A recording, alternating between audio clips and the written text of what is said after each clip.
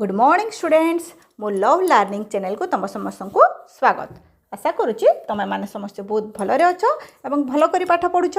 अच्छा तेबे आम गत एपिसोड रे आम गणित प्रकाश नहीं तुम जो एनईपी 2020 हिसाब रे तुम जो बही परिवर्तन हो जाए गणित बहीर ना ना कौन गणित प्रकाश तो ता बाबद रे आम कि पढ़ीला है।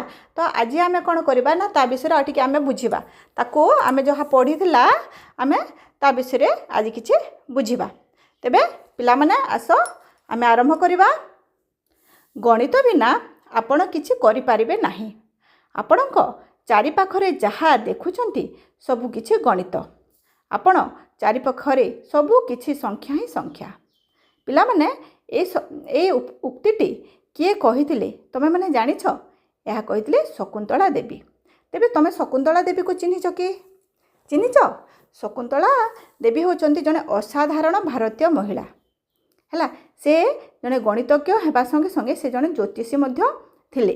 तांको 1950 मसीह तांको ह्यूमन कंप्यूटर बोली कहागला। तांको आख्या दे गला ह्यूमन कंप्यूटर। काहेकि ना से अति माने जो बहुत शीघ्र अति कम सेकेंड रे से बड़ बड़ गुणन वर्ग एवं जोग को अति कम समय रे से समाधान करि देउथिले।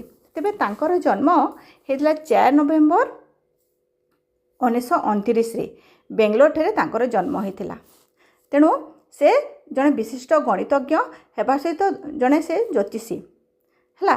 तेबे कहीं आम तांको जानिबा ना से अति सहज एवं सरल भाषा रे गणित को से अति अल्प सेकेंड रे से समाधान कर देउथिले एवं से अति सहज सरल भाषा रे से बुझाई देबा सहित बहुत गुड़े से बही लिखिछंती।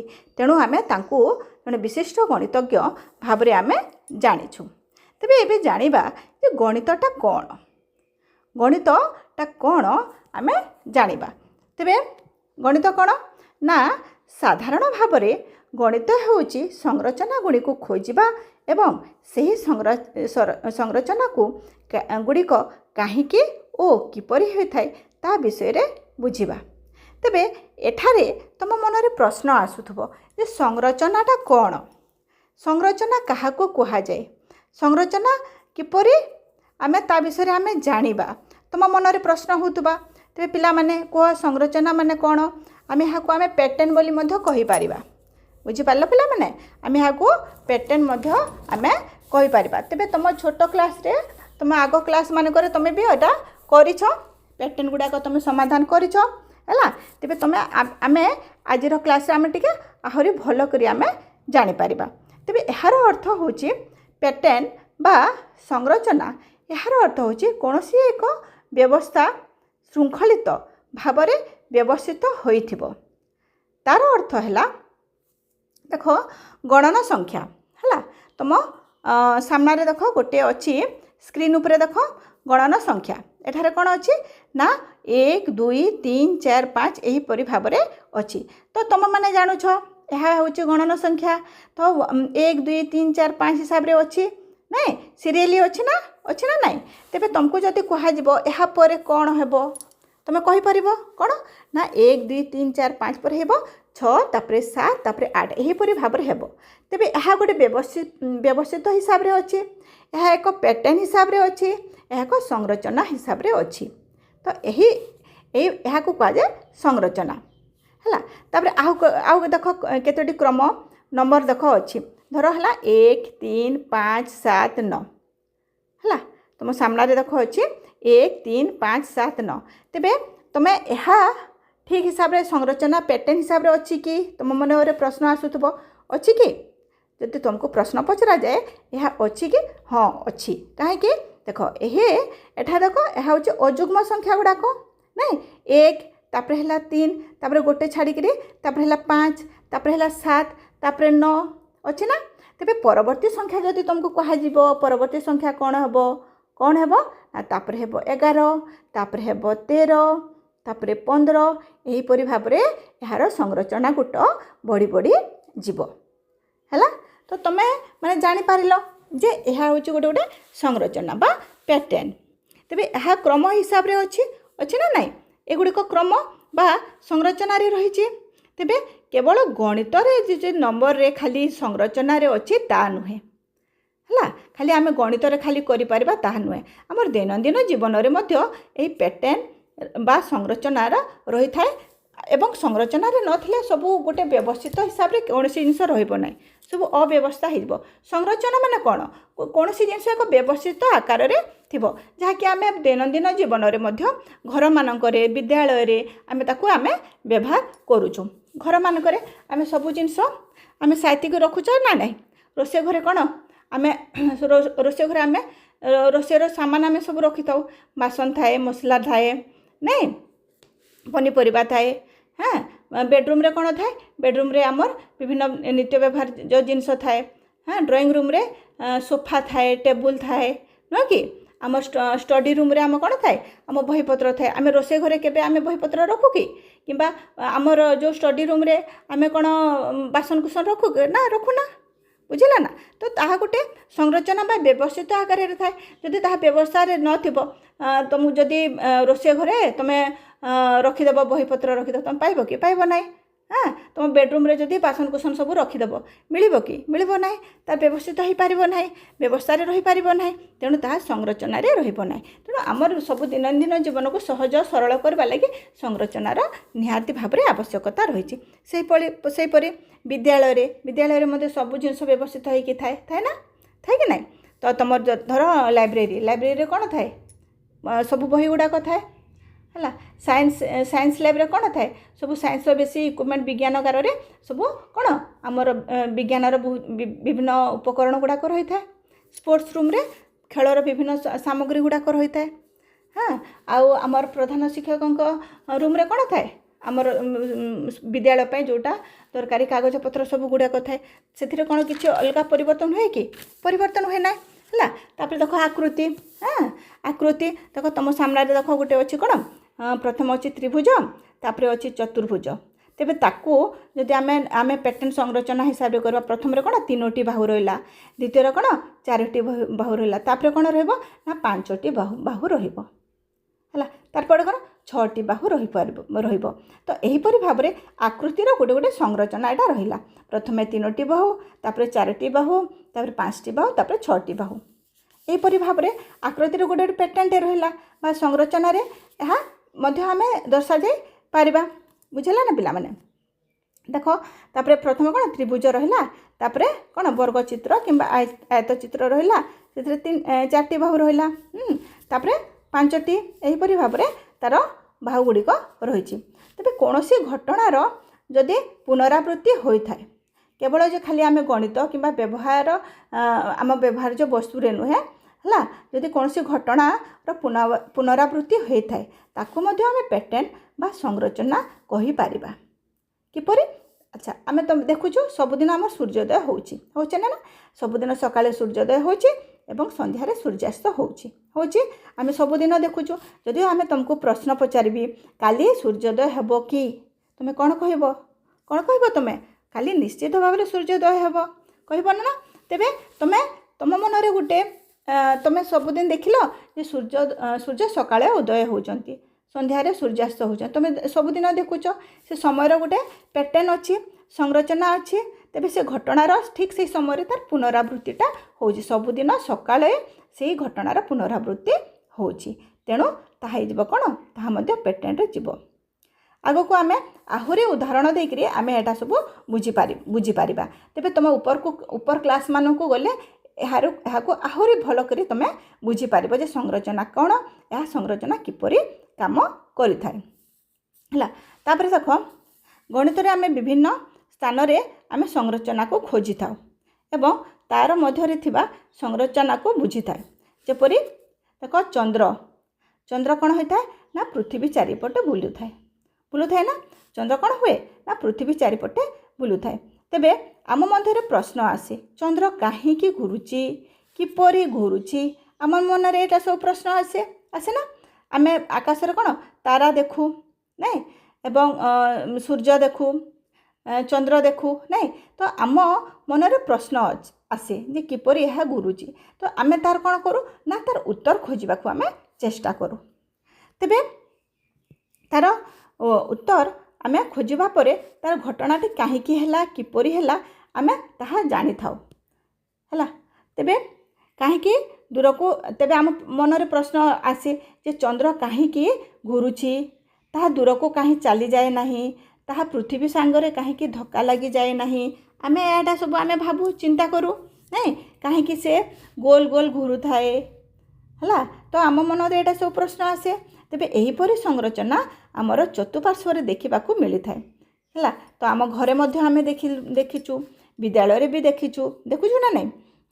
ତାପରେ ଆଉ କ'ଣ, ସୂର୍ଯ୍ୟ ଚନ୍ଦ୍ର ପୃଥିବୀ ତାରାମାନଙ୍କର ଗତିବିଧି ପ୍ରତ୍ୟେକ ସଂରଚନା ଦ୍ୱାରା ହିଁ ହେଇଥାଏ।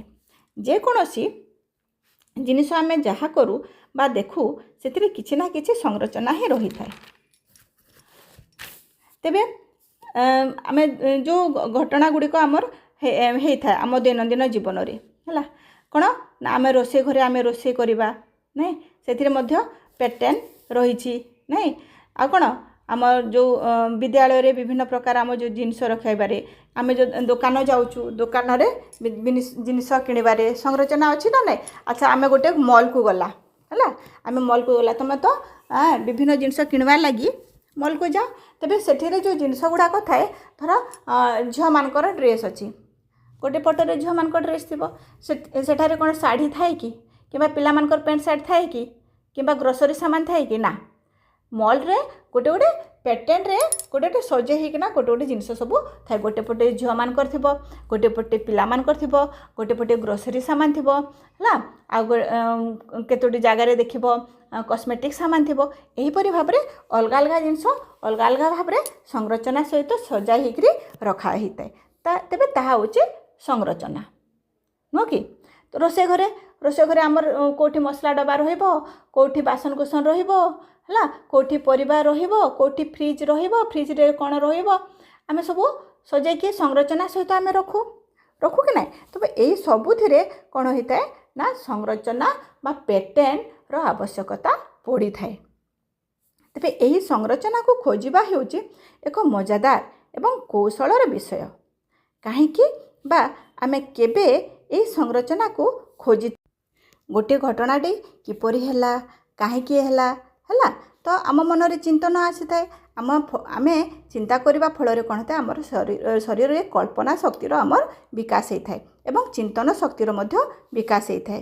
ମାନସିକ ଶକ୍ତିର ଅଭିବୃଦ୍ଧି ହେବା ଦ୍ୱାରା କ'ଣ ହୋଇଥାଏ ନା ଗଣିତଜ୍ଞ ଆମର କ'ଣ ହୋଇଥାଏ ନା ମାନସିକ ଅଭିବୃଦ୍ଧି ହେଇଥାଏ। ତେଣୁ ଗଣିତଜ୍ଞମାନେ ଗଣିତକୁ ଗୋଟିଏ କୌତୁକିଆ ବିଷୟ ଭାବରେ କଳା ଏବଂ ବିଜ୍ଞାନର ସମନ୍ୱୟ ବୋଲି କହିଛନ୍ତି। କାହିଁକି ନା ଗଣିତ ଉଭୟ କ'ଣ ଅଟେ, କଳା ମଧ୍ୟ ଅଟେ ଏବଂ ବିଜ୍ଞାନ ମଧ୍ୟ ଅଟେ। କିପରି କଳା କିପରି ଅଟେ, ଆଚ୍ଛା ଦେଖ, ତୁମେମାନେ ଦେଖ କିଛି କ୍ରିଏଟିଭିଟି କରୁଛ, କିଛି ଡ୍ରଇଂ କରୁଛ ନା ନାହିଁ ହେଲା। ତୁମେ ବିଭିନ୍ନ ପ୍ରକାର ଚିତ୍ର କରୁଛ ନାଇଁ, ମଡ଼େଲ ତିଆରି କରୁଛ, ଝୋଟି କରୁଛ, ୱେଷ୍ଟ ମେଟେରିଆଲରେ ବିଭିନ୍ନ ପ୍ରକାର ଜିନିଷ ତିଆରି କରୁଛ ନାଇଁ, ରଙ୍ଗୋଲି ତିଆରି କରୁଛ। ତାପରେ ଦର୍ଜିମାନେ କ'ଣ ତାଙ୍କର ପୋଷାକ ତିଆରି କରୁଛନ୍ତି, ବୁଝିପାରିଲ ନା। ଆଉ କ'ଣ ଏହି ଜିନିଷ ଗୁଡ଼ିକ କ'ଣ ସବୁ କଳାର ଅନ୍ତର୍ଗତ। ତେବେ ଗଣିତ ନହେଲେ ଏଇଟା ସବୁ କରିପାରିବ କି? ଦେଖ, ତୁମେ ଝୋଟି ଯଦି କରିବ, କିଛି ଯଦି ତୁମେ ପ୍ୟାଟର୍ନ ନ କରିବ, ତୁମେ ଝୋଟି କରିପାରିବ ନାହିଁ। ଦର୍ଜି ଯଦି ସେ ତାର ମାପ ଜାଣିନଥିବ, ସେ ତାର କ'ଣ କରିପାରିବ ନାହିଁ, ସେ ତାର କୌଣସି ପୋଷାକ ତିଆରି କରିପାରିବ ନାହିଁ। ତେଣୁ ଏଇଟା ସବୁ କଳା ଅନ୍ତର୍ଗତ। ତ ସେ କଳାରେ ମଧ୍ୟ ଗଣିତ ରହିଲା ନା ନାହିଁ। ତେବେ ଗୋଟେ ଭଲ କଳାକାର କ'ଣ କରିଥାଏ ନା ତାର ଭାବନା ଶକ୍ତିରେ ନୂତନ ଜିନିଷଟିଏ ସେ ନିର୍ମାଣ କରିଥାଏ। ତା ବିଷୟରେ ସେ ଗଭୀର ଚିନ୍ତନା କରିଥାଏ। ସେ ଯଦି ଗଭୀର ଚିନ୍ତା ନ କରିବ, ତା ଭିତରେ ଯଦି କ୍ରିଏଟିଭିଟି ନଥିବ, ସେ ନୂତନ ଜିନିଷ ତିଆରି କରିପାରିବ କି? କରିପାରିବ ନାହିଁ। ତେଣୁ ସେଥିରେ କଳାର ଅଭିବୃଦ୍ଧି ହେଇଥାଏ ଏବଂ କ'ଣ ହେଇଥାଏ ନା ତା ସହିତ ବିଜ୍ଞାନର ମଧ୍ୟ ଅଭିବୃଦ୍ଧି ହେଇଥାଏ। କିପରି ନା ଯଦି ବିଜ୍ଞାନରେ କ'ଣ ଆମେ କାହିଁକି ହେଲା, କିପରି ହେଲା, ଆମେ ତାହା ଚିନ୍ତା କରିଥାଉ, ତାର ବର୍ଣ୍ଣନା କରିଥାଏ। ତେଣୁ ଗଣିତ ଉଭୟ କଳା ଏବଂ ବିଜ୍ଞାନର ହେଉଛି ସମନ୍ୱୟ। ତେବେ ଆମେ ଏହି ପାଠ୍ୟପୁସ୍ତକରେ ଆମେ ଆଶା କରୁଛୁ ଯେ ତୁମେମାନେ ଗଣିତ ପ୍ରତି ଆଗ୍ରହ ବଢ଼ିବା ସହିତ ବିଭିନ୍ନ ସମସ୍ୟା ସମାଧାନ କରିବା ପାଇଁ ସଂରଚନାକୁ ବୁଝି ତାକୁ ପ୍ରୟୋଗ କରିବ ହେଲା। ଖାଲି ସଂରଚନାକୁ ଖାଲି ବୁଝିଦେଲେ ହେବ ନାହିଁ, ତାକୁ ପ୍ରୟୋଗ ମଧ୍ୟ କରିବାକୁ ପଡ଼ିବ ନାଇଁ। ତେବେ ଏହି ସମାଧାନ କରିବା ସମୟରେ ତୁମକୁ କିଛି କ୍ରିଏଟିଭିଟି ମଧ୍ୟ କରିବାକୁ ପଡ଼ିବ ଯେପରି ତୁମକୁ ଚିତ୍ର ଅଙ୍କନ କରିବାକୁ ପଡ଼ିବ, ତୁମର ଚିନ୍ତା କରିବାକୁ ପଡ଼ିବ। ନାଇଁ, ଏହା ହେଲେ ଯାଏ ତୁମେ ସଂରଚନାକୁ ତୁମେ ବୁଝିପାରିବ। ତେବେ ଗଣିତ ସଂରଚନାକୁ କେବଳ ଖୋଜିବା ସଂରଚନାର ଲକ୍ଷ୍ୟ ନୁହେଁ, ସଂରଚନାକୁ ଆମେ ବୁଝିବା। ଯେତେବେଳେ ଆମେ ବୁଝିଯିବା ଯେ ଏହା କାହିଁକି ହେଉଛି, ତେବେ ତାକୁ ନେଇ ଆମେ ବ୍ୟବହାର କରିପାରିବା ଏବଂ ତା ମଧ୍ୟରେ ଥିବା ସତ୍ୟତାକୁ ଆମେ ଜାଣିପାରିବା ଏବଂ ଆମେ ବିଭିନ୍ନ ସଂରଚନାକୁ ନେଇ ଅନ୍ୟ କ୍ଷେତ୍ରରେ ମଧ୍ୟ ତାକୁ ଆମେ ବାରମ୍ବାର ପ୍ରୟୋଗ କରିପାରିବା ଆଉ ଏବଂ ବ୍ୟବହାର ମଧ୍ୟ କରିପାରିବା। ନାଇଁ, ଆମେ ଯଦି ଗୋଟେ ସଂରଚନାକୁ ଜାଣିଲା, ତେବେ ତାର ବିଷୟରେ ଆମେ ବ୍ୟବହାର ମଧ୍ୟ ବିଭିନ୍ନ ଅନ୍ୟ କେବଳ ଜାଣିଦେଲେ ହେବ ନାହିଁ, ତାକୁ ଆମେ ଅନ୍ୟଥିରେ ଆମେ ତାକୁ ବ୍ୟବହାର କରିପାରିବା। ବୁଝିଲା ନା? ଯେପରି ତୁମ ଗଣିତରେ ମିଶାଣ ଫେଡ଼ାଣ ତୁମେ ଜାଣିଛ। ନାଇଁ, ଆମେ ତୁମ ଛୋଟ କ୍ଲାସ୍ରେ ଗଣିତରେ କ'ଣ ଯୋଗ ଜାଣିଲ, ବିଯୋଗ ଜାଣିଲ, ସବୁ ଜାଣିଲ। ନାଇଁ, ତୁମେ ଭାବୁଥିବ କି ଆମେ ଯୋଗ ଜାଣିଲେ କ'ଣ ହେବ, ବିଯୋଗ ଜାଣିଲେ କ'ଣ ହେବ ତୁମେ ଭାବୁଥିବ, କିନ୍ତୁ ତୁମେ ଶ୍ରେଣୀ ଗୃହରେ ତୁମେ ମିଶାଣ ଫେଡ଼ାଣ ଜାଣୁଛ, କିନ୍ତୁ ବ୍ୟବହାର କରୁଛ କେଉଁଠି? ବାହାରେ। ତୁମେ ଯେତେବେଳେ ସଉଦା ଆଣି ଯାଉଛ, ବାହାରକୁ ଦୋକାନ ଆଣି ଯାଉଛ, କିମ୍ବା କୌଣସି କିଛି ଗୋଟେ ଗଣିବା ତୁମର ଯଦି ହେଉଛି, ତେବେ ତୁମେ ଗଣିକିନା ଜାଣୁଛ। ତୁମେ ସେ ଜାଗାରେ ତୁମେ ଯେଉଁଟା କ୍ଲାସ୍ ରୁମ୍ରେ ତୁମେ ପଢ଼ୁଛ, ତାର ବ୍ୟବହାରଟା ତୁମେ ବାହାରେ କରିପାରୁଛ। ନାଇଁ, ବ୍ୟବହାର କରୁଛ ନା ନାହିଁ? ତୁମ ଶ୍ରେଣୀର ମିଶାଣ ଫେଡ଼ାଣ ଶିଖେଇଲେ, କିନ୍ତୁ ତୁମେ ତାକୁ କ'ଣ ଦୈନନ୍ଦିନ ଜୀବନରେ ତୁମେ ବ୍ୟବହାର କରିପାରିଲ। ତେଣୁ ତୁମେ ସଂରଚନାକୁ ବୁଝିଗଲେ କ'ଣ ହେବ ନା, ତୁମର ବ୍ୟବହାରରେ ଆସୁଥିବା ଅନ୍ୟ କୌଣସି ଜିନିଷ ଉପରେ ତାକୁ ତୁମେ ପ୍ରୟୋଗ କରିପାରିବ। ବୁଝିଲା? ତୁମେ ଯଦି ସଂରଚନାକୁ ଭଲ କରି ବୁଝିଯିବ, ତେବେ କ'ଣ ହେବ ନା, ତାକୁ ତୁମେ ଅନ୍ୟଥିରେ ତୁମେ ପ୍ରୟୋଗ କରିପାରିବ। କିପରି? ଆଚ୍ଛା, ଆମେ ଗୋଟେ ଉଦାହରଣଟେ ନେଇଯିବା। କ'ଣ ନା, ଆମେ ଦେଖୁଛୁ ଆମେ ଆକାଶରେ ତାରା ଗ୍ରହର ସଂରଚନାକୁ ଆମେ ବୁଝୁଛୁ। ନାଇଁ, ମାନବ ସମାଜ କୃତ୍ରିମ ଉପଗ୍ରହ ନିର୍ମାଣ କଲା। ବୁଝିଲା?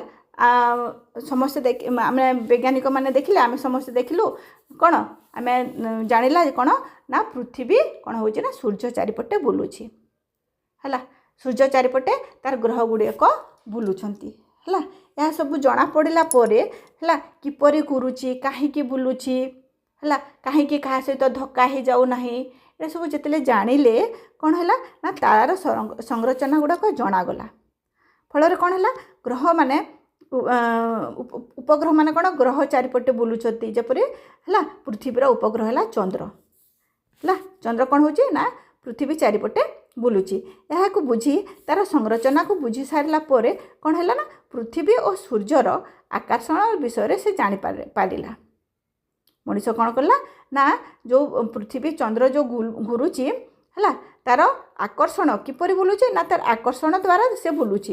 ଫଳରେ କ'ଣ, ଯଦି ପୃଥିବୀ ସୂର୍ଯ୍ୟ ଚାରିପଟେ ବୁଲୁଛି, ତେବେ କାହିଁକି ବୁଲୁଛି? ଚନ୍ଦ୍ର ପୃଥିବୀ ଯଦି ଚାରିପଟେ ବୁଲୁଛି, କାହିଁକି ବୁଲୁଛି, କିପରି ବୁଲୁଛି, ଏହି ପ୍ରଶ୍ନ ସମସ୍ତଙ୍କ ମନରେ ଆସେ। ତେବେ ତାର ଉତ୍ତର ବୈଜ୍ଞାନିକମାନେ ଯେତେବେଳେ ଖୋଜି ବାହାର କଲେ, ହେଲା, ତାପରେ ଜଣାପଡ଼ିଲା ଯେ ପୃଥିବୀ ଏବଂ ସୂର୍ଯ୍ୟର ଗୋଟେ ଶକ୍ତି ଅଛି, କ'ଣ, ମାଧ୍ୟାକର୍ଷଣ ଶକ୍ତି, ହେଲା, ଏବଂ ମହାକର୍ଷଣ ଶକ୍ତି। ଏହାଦ୍ୱାରା କ'ଣ ହେଉଛି ନା, ପୃଥିବୀ ସୂର୍ଯ୍ୟ ଚାରିପଟେ ବୁଲୁଛି ଏବଂ ସୂର୍ଯ୍ୟ ଚାରିପଟେ ତାର ଉପଗ୍ରହ ଗୁଡ଼ାକ ମଧ୍ୟ ବୁଲୁଛନ୍ତି ଏବଂ ଗ୍ରହମାନଙ୍କ ଚାରିପଟେ ଉପଗ୍ରହମାନେ ବୁଲୁଛନ୍ତି। ଏହା ଜଣାପଡ଼ିଲା। ଫଳରେ ଏହାର ଆବିଷ୍କାର ଫଳରେ କ'ଣ ହେଲା ନା, ବୈଜ୍ଞାନିକମାନେ କୃତ୍ରିମ ଉପଗ୍ରହ ତିଆରି କରିପାରିଲେ।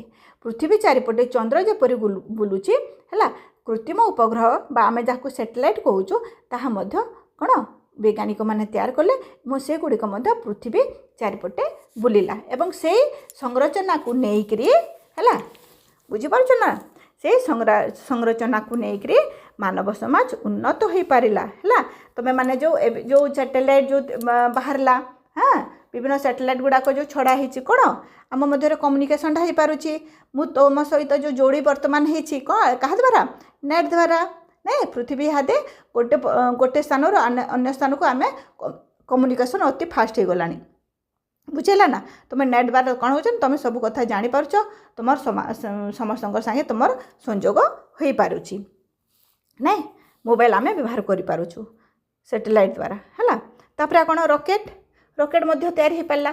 ଫଳରେ କ'ଣ, ରକେଟ୍ କ'ଣ ଚନ୍ଦ୍ରକୁ, ମଙ୍ଗଳକୁ, ହେଲା, ଅନ୍ୟ ସବୁ ଗ୍ରହ ଉପଗ୍ରହମାନଙ୍କୁ ଛଡ଼ାଯାଇ ପାରିଲା। ତେବେ କ'ଣ ହେଉଛି ନା, ଆମ ଶରୀରର ମଧ୍ୟ ବିଭିନ୍ନ ପ୍ରକାର ସଂରଚନା ଅଛି। ଆମ ଶରୀର କ'ଣ ବିଭିନ୍ନ ପ୍ରକାର ରୋଗ ହୋଇଥାଏ ନା? शरीर आमर विभिन्न प्रकार रोग होता है रोग हेबा फल कौन होता है ना कहीं रोग होता है ना आमर शरीर जो गठन जो संरचना ताहा जदि व्यवस्थित हो न पारिबो किछि जदि बिगड़ी जिवो ताहले ताहाको आमको रोग हेबो हैला तो ताकू जदि जणा गला जो संरचना कौन तार अव्यवस्था हैला आमे ताकू जदि जानि पारिबा कौन हेबा ना आमे तार चिकित्सा करि पारिबा तेबे आमर शरीरर जो विभिन्न प्रकार रोग भी आमे से संरचना द्वारा ही आमे समाधान करि पारिबा फल कौन विभिन्न प्रकार रोगर समाधान हे पारिबो हैला बुझाला पिला माने तेबे आज तो आमे ए आमर जो कौन संरचना विषय रे आमे किछि जानिला नहीं तुम आशा करछि तुम मानको एटा बहुत भल लागि थिबो एवं संरचना विषय रे तमे जो मु जो पढ़ेली तुम मध्यरा कोनोसी बोधे डाउट नथिबो हैला तो तुमको मानको जदि हा भल लागुचे तुम माने एटा सब भल करी देखो तुम संग मानको भी देखा तबे परवर्ती क्लास रे मु आउ केतोडी भल भल तुमर को तथ्य सब तुम मानको नेकी आसीबी एवं तुम मानको एटा भल करी पाठ पढ़िबो हैला तो आज पे एतके रहिले नमस्कार।